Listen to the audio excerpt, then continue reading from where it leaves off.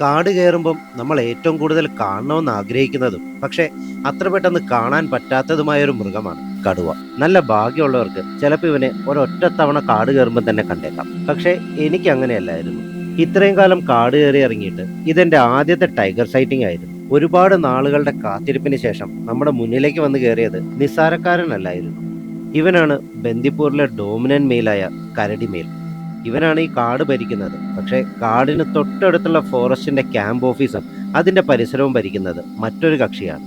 പുള്ളിക്കാരിയെ കാണണമെങ്കിൽ ഫോറസ്റ്റ് ക്യാമ്പസിനടുത്തുള്ള ഈ ഒരു ഹരിണി കോട്ടേജിൽ എത്തിയാൽ മതി. മീശക്കാരിയും അവളുടെ സബ്ബഡൽ കബും ഈ ഒരു പ്രദേശത്തുള്ള മരങ്ങളിലൊക്കെ തന്നെ കാണും. രാത്രിയായെങ്കിൽ അവർ മെല്ലെ ഇവിടുന്ന് വേട്ടയ്ക്കും ഇറങ്ങും. ഒരു ക്യാമ്പസിനകത്ത് 2 പുള്ളിപ്പുലികളും ഇഷ്ടം പോലെ മാനുകളും ഉണ്ടെങ്കിൽ അവിടെ എന്താ സംഭവിക്കുന്നതെന്ന് പ്രത്യേകിച്ച് പറയേണ്ട ആവശ്യമില്ലല്ലോ. കടുവയും പുലിയും ഇഷ്ടം പോലെ കാട്ടാനകളും കുംകിയാനകളും ഒക്കെയുള്ള രസകരമായ ഒരു വീഡിയോ ആണ് ഇത്തവണത്തേത്. അപ്പോഴെങ്ങനെയാ, യാത്ര തുടങ്ങുകയല്ലേ?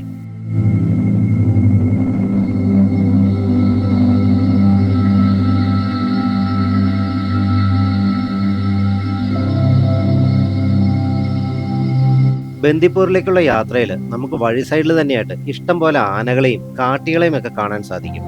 ഒരുപാട് അനിമൽ പ്രസൻസ് ഉള്ള ഒരു ഏരിയ ആയതുകൊണ്ട് തന്നെ ഈ റോഡിലൂടെ വണ്ടി ഓടിക്കുമ്പോൾ ഒരല്പം ശ്രദ്ധിച്ചു വേണം പോകാൻ.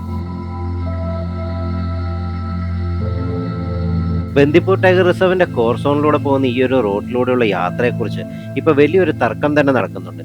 ഈ റോഡിലൂടെ രാത്രി യാത്ര അനുവദിക്കണമെന്ന് പറഞ്ഞ് കേരളവും, അത് പറ്റില്ല പകൽ യാത്ര മാത്രമേ സാധിക്കൂ എന്ന് കർണാടകവും സുപ്രീം കോടതിയിൽ ഒരു കേസ് നടത്തിക്കൊണ്ടിരിക്കുകയാണ്.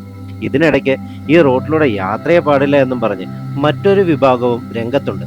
അതിന് കാരണമായിട്ട് അവർ പറയുന്നത് കോർ സോണിലൂടെയുള്ള ഈ ഒരു ട്രാഫിക് അനിമൽസിന്റെ ഫ്രീ മൂവ്മെന്റിന് റെസ്ട്രിക്ട് ചെയ്യുന്നു എന്നുള്ളതാണ്. ഇതിനെക്കുറിച്ച് നിങ്ങളുടെ അഭിപ്രായം എന്താണെന്ന് ഒന്ന് കമന്റ് സെക്ഷനിൽ രേഖപ്പെടുത്തിയാൽ നന്നായിരിക്കും.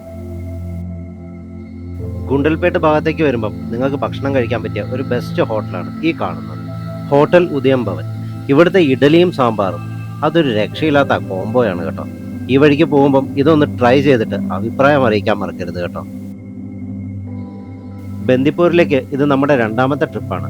കഴിഞ്ഞ വീഡിയോയിൽ ഇവിടുത്തെ സ്റ്റേയെക്കുറിച്ചും അത് ബുക്ക് ചെയ്യേണ്ടത് എങ്ങനെയാണെന്നും ബാക്കി ഡീറ്റെയിൽസും എല്ലാം വളരെ വ്യക്തമായി തന്നെ പറഞ്ഞിട്ടുണ്ട്. ആ വീഡിയോ കാണാത്തവർക്കായിട്ട് ലിങ്ക് ഇതേ ഐ ബട്ടണിൽ മേളിൽ വരുന്നുണ്ട്, ഒന്ന് കയറി കണ്ടേക്കുക.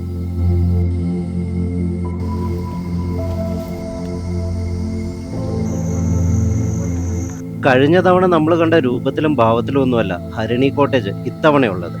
റിനോവേഷനൊക്കെ കഴിഞ്ഞ് നല്ല അടിപൊളി സെറ്റപ്പിലാണ് ഇപ്പൊ കോട്ടേജ് ഉള്ളത്. പണ്ട് ഈ കോട്ടേജിൽ 2 പേർക്ക് താമസിക്കാനായിട്ട് 2800 രൂപയായിരുന്നു ചാർജ് ചെയ്തിരുന്നത്. പക്ഷേ ഇപ്പോൾ അത് കൂടി 6000 രൂപയായിട്ടുണ്ട്.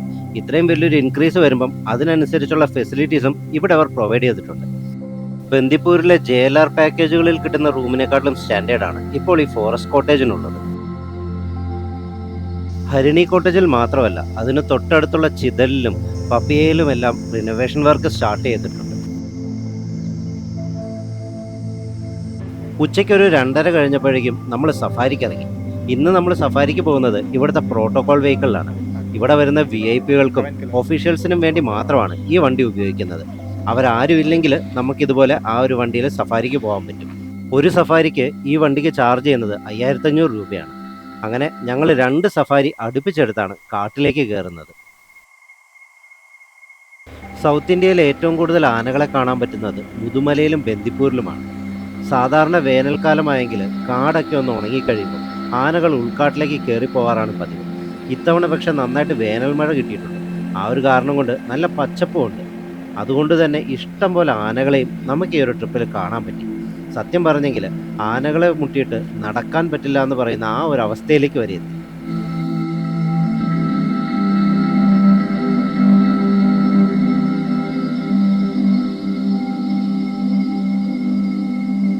സഫാരി തുടങ്ങി ഒരു അരമണിക്കൂർ ആകുന്നതിന് മുമ്പ് തന്നെ 10-12ഓളം ആനകളെ നമ്മൾ കണ്ടു. പക്ഷെ അതിലെല്ലാം പിടിയാനകളായിരുന്നു, ഒരൊറ്റ കൊമ്പം പോലും ഇല്ലായിരുന്നു. പിടിയാനകളെ കണ്ടു മടുത്ത് അവസാനം ഡ്രൈവറോട് ഇനി ഒരു കൊമ്പനെ കാണുമ്പോൾ വണ്ടി നിർത്തിയാൽ മതി എന്ന് പറയേണ്ട ഗതികേട് വരെ ഞങ്ങൾക്ക് ഈ ഒരു ട്രിപ്പിലുണ്ടായി. അത്രമാത്രം പിടിയാനകളാണ് ഈ കുറച്ചു നേരം കൊണ്ട് ഞങ്ങളുടെ മുമ്പിലേക്ക് വന്നത്.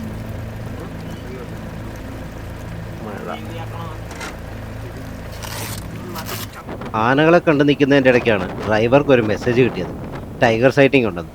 പിന്നെ ഒന്നും നോക്കിയില്ല, നേരെ അങ്ങോട്ടേക്കാണ് ഈ വെച്ച് പിടിപ്പിക്കുന്നത്. കടുവ എന്ന് കേട്ട് കഴിഞ്ഞെങ്കിൽ ഇവിടുത്തെ ഡ്രൈവർമാർ പിന്നെ ഇതുപോലെ ഫുൾ സ്പീഡിലുള്ള പറക്കലായിരിക്കും. സഫാരിക്ക് വരുന്ന ആൾക്കാരെ കടുവയെ കാണിക്കണം എന്നുള്ളതാണ് ഇവരുടെ മെയിൻ ലക്ഷ്യം. ജീപ്പിന്റെ വരവ് കണ്ട് ആനയൊക്കെ ഓടുന്ന ഓട്ടം കണ്ടോ? ബാക്കി ഒന്നിനും വേണ്ടി ഇനി വണ്ടി ചവിട്ടില്ല. കടുവയെ കാണുന്നവരെ ഈ ഓട്ടം തുടരും.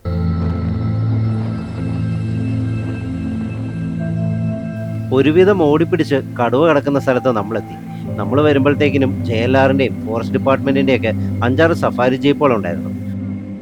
നമ്മൾ പ്രോട്ടോകോൾ ജീപ്പിൽ വന്നതുകൊണ്ട് ഫ്രണ്ടിലുണ്ടായിരുന്ന ഒരു ജീപ്പുകാരൻ നമുക്ക് വഴിമാറി തന്നു. ആ പോകുന്നതാണ് ഇവിടുത്തെ ഡോമിനൻ്റ് ടൈഗറായ കരടിമീൻ. കാട്ടിലെ ഏറ്റവും അപകടകാരിയായ ജീവി കരടിയാണെന്ന് നിങ്ങൾക്കറിയാമല്ലോ. ഒരു 3 വർഷങ്ങൾക്ക് മുമ്പ് ഈ ആശാൻ ഒരു വലിയ കരടിയെ കൊന്നു തിന്നു. അതിനുശേഷമാണ് ഇവനെ കരടിമേലെന്ന് വിളിക്കാൻ തുടങ്ങിയത്. എന്തായാലും ആ ഒരു സംഭവത്തിന് ശേഷം ഇവന് തിരിഞ്ഞു നോക്കേണ്ട വന്നിട്ടില്ല. മറ്റാൺകടുവകൾക്ക് ഇവന്റെ മുമ്പിൽ പിടിച്ചു നിൽക്കാനാവാത്ത അവസ്ഥയായി. ഇപ്പോൾ ഈ കാട്ടിലെ ഏറ്റവും വലിയ ടെറിട്ടറി മെയിൻറ്റെയിൻ ചെയ്യുന്നതും ഇവനാണ്.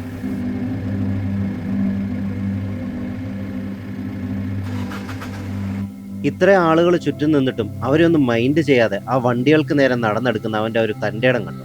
അതിൽ നിന്ന് തന്നെ അവൻ്റെ ഒരു സ്വഭാവം എന്താണെന്ന് നമുക്ക് മനസ്സിലാക്കാൻ പറ്റും. കടുവകൾ അവരുടെ ടെറിട്ടറി മാർക്ക് ചെയ്യുന്നത് ചോരക്കാലി പോലുള്ള മരങ്ങളിൽ നഖം കൊണ്ട് മാന്തിയും പിന്നെ മരങ്ങളിലും പല സ്ഥലങ്ങളിലുമൊക്കെ ആയിട്ട് അവരുടെ മൂത്രം സ്പ്രേ ചെയ്തുമൊക്കെയാണ്. ആ ഒരു ടെറിട്ടറിയിലേക്ക് വേറെ ഏതെങ്കിലും ഒരു കടുവ വരികയാണെങ്കിൽ ഇവർ ഈ സ്പ്രേ ചെയ്തതിൻ്റെ മുകളിലേക്ക് അവനും മൂത്രം ഒഴുകി.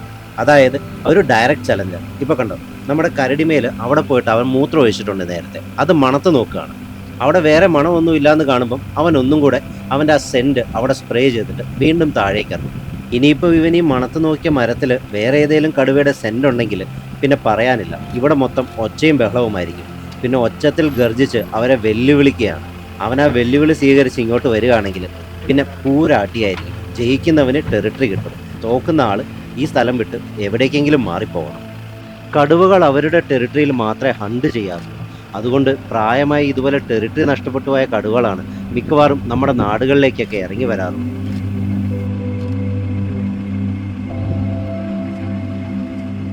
ഈ ഒരു ഭാഗത്തെ ടെറിട്ടറി മാർക്കിംഗ് തീർത്തിട്ട് അവൻ മെല്ലെ താഴേക്ക് പോവുകയാണ്. നമുക്ക് വളരെ കുറച്ച് നേരം മാത്രമാണ് അവൻ്റെ വിഷ്വൽ കിട്ടിയത്. അതുകൊണ്ട് കുറച്ച് നേരം കൂടെ അവനെ കാണണമെന്നൊരാഗ്രഹം തോന്നിയപ്പോഴേക്കും ഡ്രൈവർ ഇങ്ങോട്ട് പറഞ്ഞു അവന് ഇറങ്ങിപ്പോകുന്നത് വേറൊരു സ്ഥലത്തേക്കാണ്, നമുക്ക് നേരെ അവിടെ പോയി വെയിറ്റ് ചെയ്യാവുന്നത്. അവൻ ഇറങ്ങി വരാൻ സാധ്യതയുള്ള സ്ഥലത്താണ് സഫാരി വണ്ടികളെല്ലാം നിർത്തിയിട്ടിരിക്കുന്നത്. ആ കുന്നിൻ്റെ ഇടയ്ക്ക് ഒരു വഴി കാണുന്നില്ല. അവിടുന്നാണ് അവൻ താഴേക്ക് ഇറങ്ങിയത്. പറഞ്ഞു വെച്ചതുപോലെ ദേ കരടി ഇറങ്ങി വരും.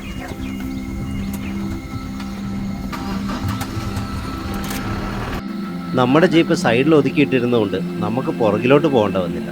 ബാക്കിയുള്ള വണ്ടികളെല്ലാം അവൻ മുന്നോട്ട് വരുന്നതിനനുസരിച്ച് മെല്ലെ പുറകിലോട്ട് എടുക്കുകയാണ്. എന്നാൽ നിങ്ങളിനി എൻ്റെ കുറച്ച് നല്ല ഫോട്ടോസും കൂടി എടുത്തോ എന്നുള്ളൊരു ഭാവത്തിലാണ് ആശാൻ്റെ ആ കിടപ്പ്.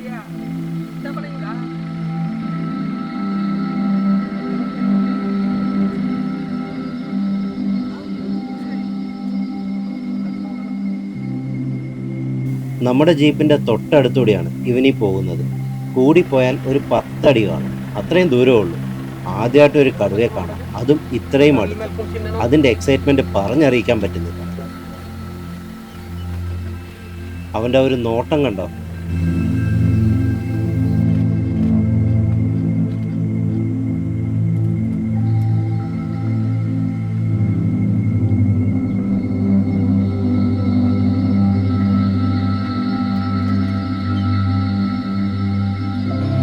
എന്തായാലും ഇത്തവണ അവനെ നമുക്ക് കുറേ നേരം കിട്ടി. നമുക്ക് ക്യാമറയ്ക്ക് നല്ല അടിപൊളി പോസുകളൊക്കെ തന്നാണ് ആശാൻ്റെ നടത്തം. ആ കൂട്ടത്തിൽ ടെറിട്ടറി മാർക്കിങ് നടക്കുന്നുണ്ട് കേട്ടോ.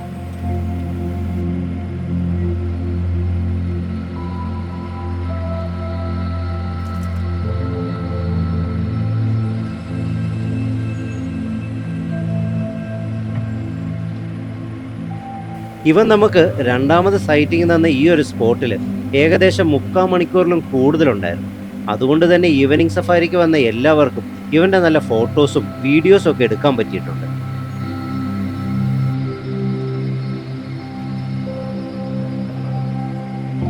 ഞങ്ങൾക്ക് മതിയാകുവോളം കാഴ്ചകൾ സമ്മാനിച്ചിട്ടാണ് അവൻ കാട്ടിലേക്ക് തിരിച്ചു കയറിപ്പോയത്.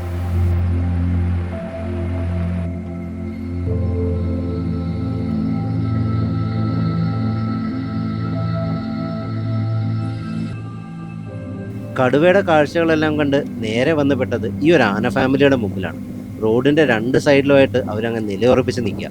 അവരുടെ കൂടെ ഏകദേശം 1-2 മാസം മാത്രം പ്രായമുള്ള ഒരു ആനക്കുട്ടിയുണ്ട്.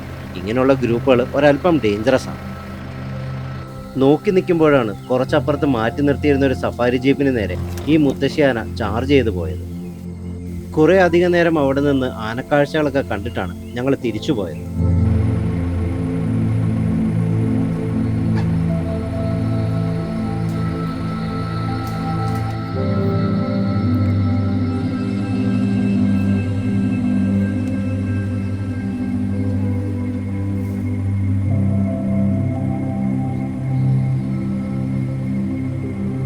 സഫാരി കഴിഞ്ഞ് കോട്ടേജിനടുത്ത് എത്താറായപ്പോൾ കണ്ടത് ഈ ഒരു കാഴ്ചയാണ്.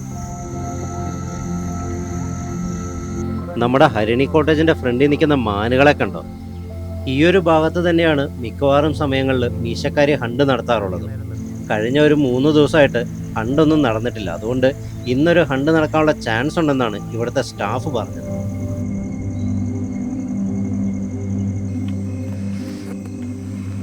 രാത്രിയായതും മീശക്കാരിയും മകനും പണി തുടങ്ങി. മുന്നിൽ നടക്കുന്നത് മീശക്കാരിയും പുറകിൽ നടക്കുന്നത് അവളുടെ സബ് അഡൽട്ട് ആയിട്ടുള്ള മെയിൽ കബുമാണ്. നമ്മളിപ്പോൾ നിൽക്കുന്നത് ഇവിടുത്തെ കഫറ്റീരിയക്കകത്താണ്. കഴിഞ്ഞ പ്രാവശ്യം ഇതേ സ്ഥലത്ത് വെച്ചാണ് നമുക്ക് മീശക്കാരി ഒരു ഹണ്ട് നടത്തിയ വിഷ്വൽ കിട്ടിയത്. കഴിഞ്ഞ തവണ മീശക്കാരിയുടെ കൂടെ 2 കബ്സ് ഉണ്ടായിരുന്നു. അതിലൊരു കബ് ഇപ്പോൾ ഇവളിൽ നിന്നും മാറിയാണ് നിൽക്കുന്നത്.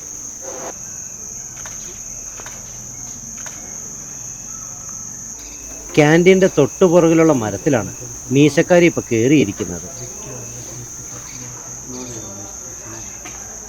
ഇന്നെന്തായാലും ഈ പാവങ്ങളുടെ കാര്യത്തിൽ ഒരു തീരുമാനമായി. മീശക്കാരി ക്യാൻറ്റീൻ്റെ പിൻവശത്തുനിന്ന് റോഡ് ക്രോസ് ചെയ്ത് അപ്പുറത്തേക്ക് പോയതും വേഗം ഭക്ഷണം കഴിച്ചിട്ട് കോട്ടേജിൻ്റെ വരാന്തയിൽ വന്നിരുന്ന് ഇരിപ്പാണ്.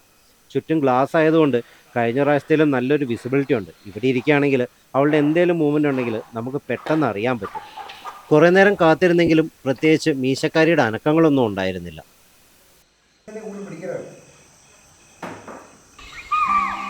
പിറ്റേ ദിവസം രാവിലെ നമ്മൾ എണീക്കുന്നത് ഇവരുടെ അലാം കോൾ കേട്ടാണ്.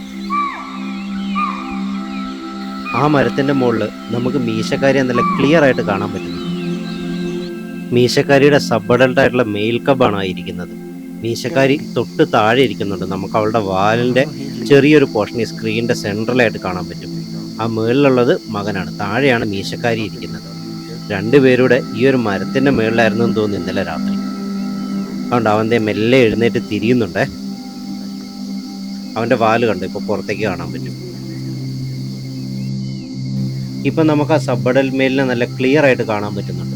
വെളുപ്പിന് 6 മണിക്കെടുത്ത വിഷ്വൽ ആയതുകൊണ്ട് ഈ കുറച്ച് ഫുട്ടേജസിലെ പിക്ചർ ക്ലാരിറ്റി കുറച്ച് കുറവായിരിക്കും. അതിൻ്റെ കൂടെ മഞ്ഞും മരത്തിനിടയിലെ ഡാർക്ക്നെസ്സും കൂടെ ആയപ്പം പിന്നെ പറയാനില്ലല്ലോ. ക്യാമറയുടെ ലോ ലൈറ്റ് പെർഫോമൻസ് നല്ലതായതുകൊണ്ട് മാത്രമാണ് നമുക്ക് ഈ ഒരു ക്ലാരിറ്റിയിലെങ്കിലും വിഷ്വൽസ് എടുക്കാൻ പറ്റിയത്.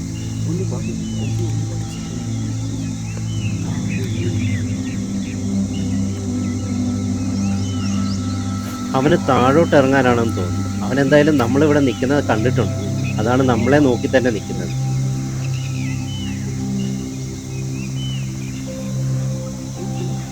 വീണ്ടും നോക്കുന്നത് കണ്ടോ?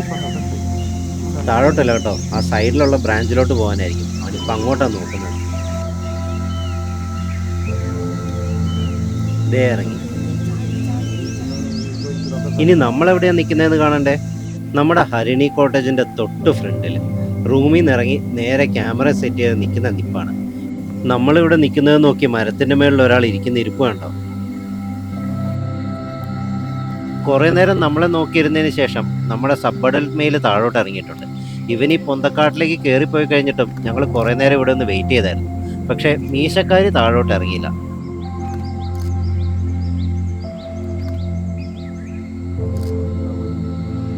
പുലികളുടെ അടുത്തുനിന്ന് നേരെ പോയത് കുംക്യാനകളെ കെട്ടിയിട്ടിരിക്കുന്നിടത്തേക്കാണ്. 7ഓളം കുംക്യാനകൾ ഇവിടെയുണ്ട്.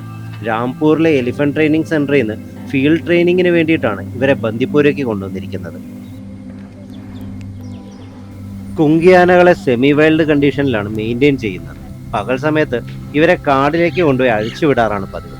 അങ്ങനെ ഇവർക്ക് കാട്ടാനകളുമായിട്ട് ഇടപഴകാനുള്ള ഒരു അവസരം ഒരുക്കി കൊടുക്കും. വൈകുന്നേരം ആകുമ്പോൾ പോയിട്ട് ഇവരെ തിരിച്ചു വിളിച്ചുകൊണ്ട് വരുന്നു. ഇവരുടെ മേത്ത് പറ്റിയ ചെളിയും പൊടിയും എല്ലാം തട്ടിത്തൂത്ത് കളഞ്ഞിട്ട് ഇവർക്കുള്ള ഭക്ഷണമൊക്കെ കൊടുത്ത് ഇവരെ ഇവിടെ തളയ്ക്കുന്നു. നാട്ടിലേക്ക് ഇറങ്ങുന്ന പ്രശ്നക്കാരായ കാട്ടാനകളെ വടം കെട്ടി വലിച്ചു നിർത്താനും ലോറിയിലേക്ക് ഇടിച്ചു കയറ്റാനുമുള്ള ട്രെയിനിങ് എല്ലാം ഇതിനിടയിൽ കൊടുക്കുന്നുമുണ്ട്. ബന്ദിപ്പൂരിലെ കാഴ്ചകളും വിശേഷങ്ങളും എല്ലാവർക്കും ഇഷ്ടപ്പെട്ടു എന്ന് വിചാരിക്കുന്നു. വീഡിയോ ഇഷ്ടപ്പെട്ടെങ്കിൽ ലൈക്ക് ചെയ്യാനും യാത്രയെ സ്നേഹിക്കുന്ന നിങ്ങളുടെ സുഹൃത്തുക്കളുമായി ഷെയർ ചെയ്യാനും മറക്കരുത്. വീഡിയോയെക്കുറിച്ചുള്ള അഭിപ്രായങ്ങൾ കമൻറ്റ് സെക്ഷനിൽ രേഖപ്പെടുത്തുക. അടുത്ത വീഡിയോയിൽ മറ്റൊരു സ്ഥലവുമായി വീണ്ടും കാണാം. Till then, bye bye.